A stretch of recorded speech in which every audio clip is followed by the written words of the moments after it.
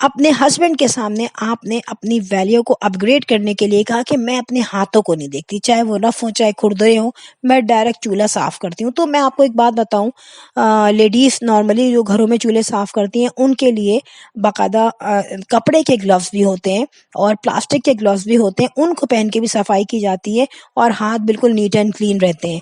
اب یہاں پہ سوال یہ ہے کہ آپ نے اپنے آپ کو بھی تو یہی ثابت کر دیا کہ میں بھی انہی میں سے ہوں، کہ جب فریج کی صفائی ہوئی تو آپ نے کہا، میں نے کہا میں تو نہیں کروں گی صفائی پوری طرح، کیونکہ میں نے تو مینی پیڈی کروائے، میرے ہاتھ صاف ہیں۔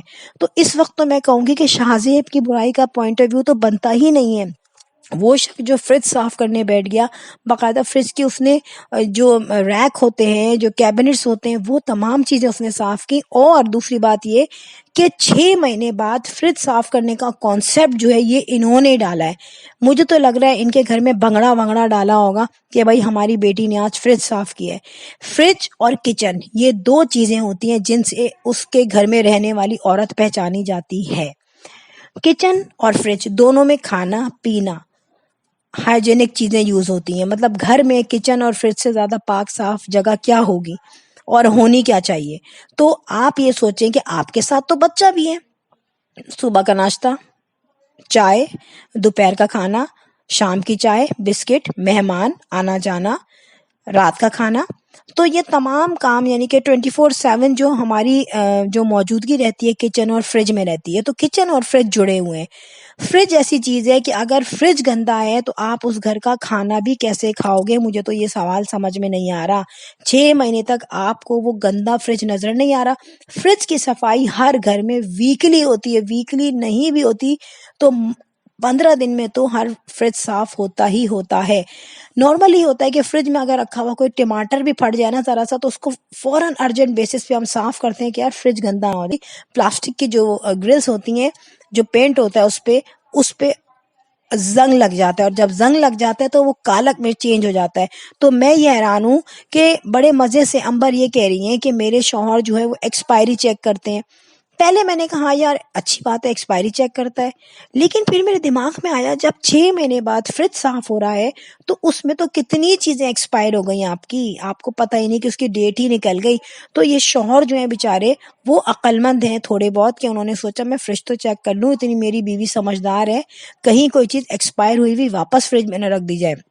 لیکن اس وقت غلطی یہ ہے، سونے پہ سہاگا میں کہوں گی، وہ یہ ہے کہ امبر نے یہ نہیں کہا کہ ہاں یار میں نے 6 مہینے بعد فریج صاف کیا ہے تو ظاہر سی بات ہے شاہزیب پریشان ہو کے ایکسپائری چیک کر رہے ہیں، ویسے تو کرتا ہو یا نہ کرتا ہو، لیکن اس فریج کی اس نے ایکسپائری چیک کی ہے اسی وجہ سے۔ اور اس چیز کو ایکسیپٹ کرنے کے بجائے امبر کی لاپرواہی ہے کہ امبر یہ کہہ رہی ہے میرے شوہر ایکسپائری چیک کرتے ہیں۔ وہ ٹھیک ہے، چیزیں خریدتے ہوئے انسان دیکھ لیتا ہے ڈیٹ، سم ٹائمز پرانی چیزیں بھی رکھی ہوئی سیل کر دیتے ہیں دکاندار، وہ تو گڈ ہے، لیکن جو فریج کی جو حالت ہے تباہ کن۔ اور میں نے دیکھا فریج میں ہر چیز لگ رہا تھا کہ رکھ دی ہے، لہسن، ادرک، کچھ خالی ڈبے یعنی کہ جس میں سامان بہت کم ہے لیکن وہ بھی ڈبے رکھے ہوئے ہیں۔ بٹر اگر ختم ہوا ہوا ہے تو اس کا بالکل چھوٹا سا ڈبہ بھی فریج میں رکھا ہوا ہے، تو وہ فریج نہیں ہے، وہ ایک الماری ہے۔ میں یہ بات کہتی ہوں کہ آپ کی امی کے گھر میں صفائی ہوئی، اس میں سے کاکروچز نکلے تھے کچن میں، تو یار اتنی زیادہ بڑھ گئے تھے کاکروچز کہ انہوں نے فیومیگیشن والوں کو بلایا، ہزاروں روپے میں وہ صفائی کرتے ہیں۔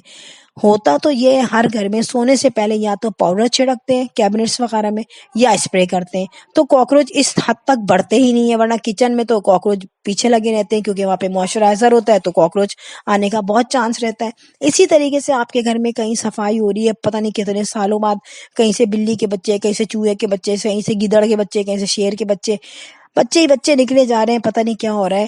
بات یہ ہے کہ آپ لوگ اپنے ولاگس میں اتنا زیادہ گم رہتے ہیں کہ آپ کو اپنی جو انیشیل لائف ہے، جو امپورٹنٹ فیکٹرز ہیں لائف کے، وہ نہیں دکھتے۔ کیونکہ میں بتاؤں شیشہ ٹوٹا ہوا ہے، ٹھیک ہے، کمرے کا، اور ان کو نہیں پتا، شبانہ کو نہیں پتا کہ بھائی شیشہ ٹوٹا ہوا ہے۔ وہ بعد میں وہ لڑکا آتا ہے تو وہ بتاتا ہے شیشہ ٹوٹا ہوا ہے، باقاعدہ ایسا نہیں ٹوٹا ہوا کہ کریک آئے، وہ الگ ہی ہوا ہوا ہے پورا۔ یار اتنی چیزیں گھر میں سب کو پتہ رہتی ہیں، لیکن ان کو پتہ رہتی ہیں جن کی کانسنٹریشن اپنے گھر میں ہو۔ تو جہاں ڈالرز آتے ہیں وہاں کانسنٹریشن بڑھتی ہے، اور زیادہ کانسنٹریشن کس طرف ہو جاتی ہے؟ اپنے ولاگ کی طرف۔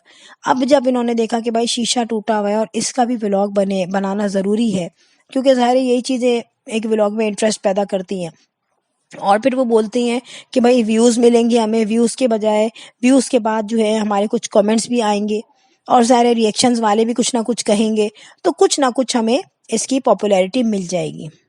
تو فرینڈ یہ سارا جو ہے امبر کے ملتی جلتی کہانیاں جو ہیں ان کے گھروں کی، وہ میں نے آپ کو بتائی ہیں، اور یہ بھی بتایا کہ ظاہر ہے اپنے صفائی کا ہمیں بہت خیال رکھنا چاہیے کہ ہم کہاں کھا رہے ہیں، کیا کھا رہے ہیں، کس طریقے سے رکھ رہے ہیں کھانے پینے کی چیزوں کو۔ فرینڈ میں یہی کہوں گی کہ آپ کو اگر میری جو ویڈیو ہے اچھی لگی ہو تو آپ بیل آئیکن پہ کلک کر دیا کیجئے تاکہ آپ کو آنے والی ویڈیوز ملتی رہے۔ I will sign in next vlog. Till then, Allah Hafiz. Bye bye.